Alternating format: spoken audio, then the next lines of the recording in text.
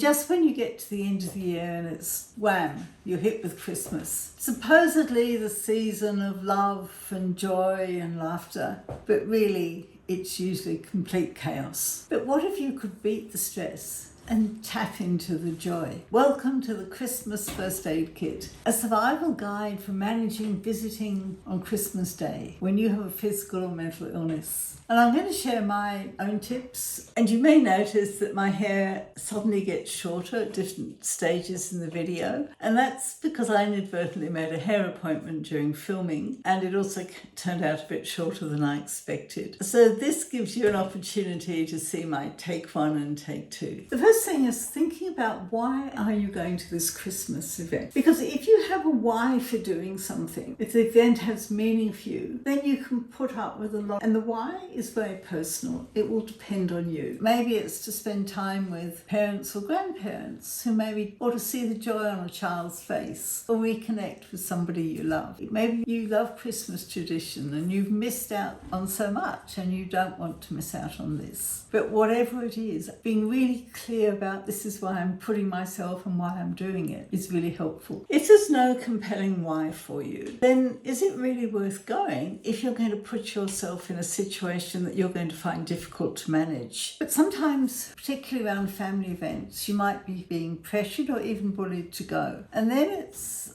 for you to be able to say, well, I'd love to come, but I need to look after my health. And just stick to your guns. Don't explain further. Just say that and keep saying it. One of the advantages of Christmas is that it's so engrossing that people just aren't going to dwell on you very much. Before we talk specifics, there are 2 key ideas that will help you manage the day. And the first is about boundaries and looking after yourself. It's knowing how much you can do, and then putting in a boundary that is actually a little bit less than you think you can do. You've got a sort of bit of wiggle room there. And in business, there's often a phrase used, which is under promise and over deliver. And this will work well for you at Christmas. And this is not being selfish. This is a time to look after yourself. If you were to ask the people who are going to Christmas if they really understood, would they want you to suffer? I think the people would say, well, no, of course not. And the other side of that is that you also personally respect your boundaries, even though you're having a good time. And the second important idea is having really clear communication. And this means you talking to your host and finding out the arrangements, and at the same time you communicating back to your host. As I've said, Christmas tends to be chaotic and plans are often very fluid and frequently change. But you may not realize this unless you're clear and specific when you ask for information. For example, what time are we going to eat is going to help you a lot more than saying, what time would you like me to come? And it is useful to check the arrangements on the actual day because they can change enormously, as I found out to my cost last Christmas. Now let's look at specific challenges. And the most important is going the distance on the day. Talk to your host and then work out what you can do, bearing in mind it might be a lot noisier and more uncomfortable than you're used to at home. Slipping away for a break into a quiet room really helps. But just arrange for someone to let you know when the next main activity is starting. You don't really want to miss that Christmas pudding. And a friend just gave me this tip. If there are children in another room watching videos, then go and join them. There's usually a couch you can lie on, and it sort of looks as if you're taking part, but really you're just having your time out. The big tip for this is take them before you think you need them. It's much easier to recharge your battery when it's just a little bit run down than when it's completely flat. And if you have concerns that you're not going to be there the whole time, remember there's 2 things. Firstly, people will remember that you turned up, but they don't really remember how long you stayed.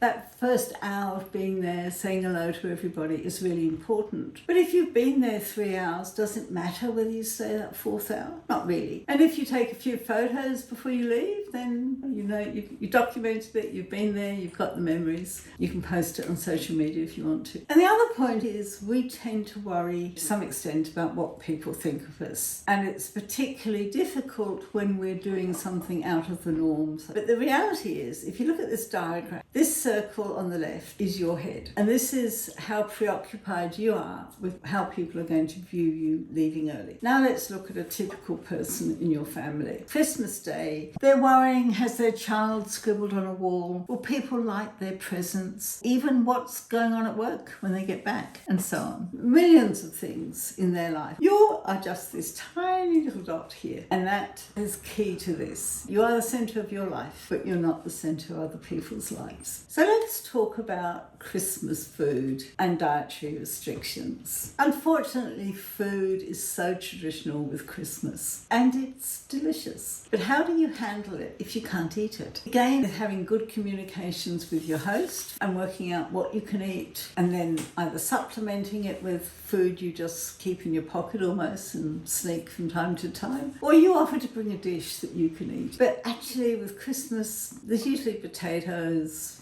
and vegetables, and if you're not vegetarian, even turkey. And you might like to channel the late British Queen, who had to go to numerous of events where they served food, and she really didn't want to eat it all. And she used to take a small amount and put it on her plate, just move it around. So it looked by the end of the meal as if she'd actually really eaten quite a bit, and these were just the remains. And of course, I'm sure she said very gracious and complimentary comments. But here again, it's important that you keep to your boundaries. Just because someone has cooked their fabulous whatever and they're pushing you or pressuring you to eat it, you don't have to. Again, that simple, I'm sorry, I can't eat that on my doctor's advice, and don't go further, is fine. And Christmas, of course, involves gift giving. Gifts are usually difficult, very difficult. And a chronic illness can make them even more so. Even though you can't really put effort into buying the gift, what you could do is maybe just 5 minutes at a time writing a heartfelt little message on the gift tag. And just remember, this great focus on gift giving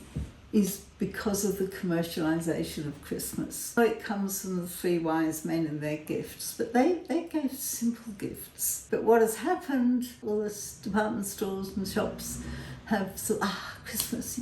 This year, advertising for Christmas started in mid-November. It's crazy. Perhaps the trickiest thing is how to handle the awkward comments. Those comments you probably know so well. You don't look tired. Nothing wrong with you, a good night's sleep wouldn't fix. Nothing wrong with you, a good run wouldn't fix. We all get tired.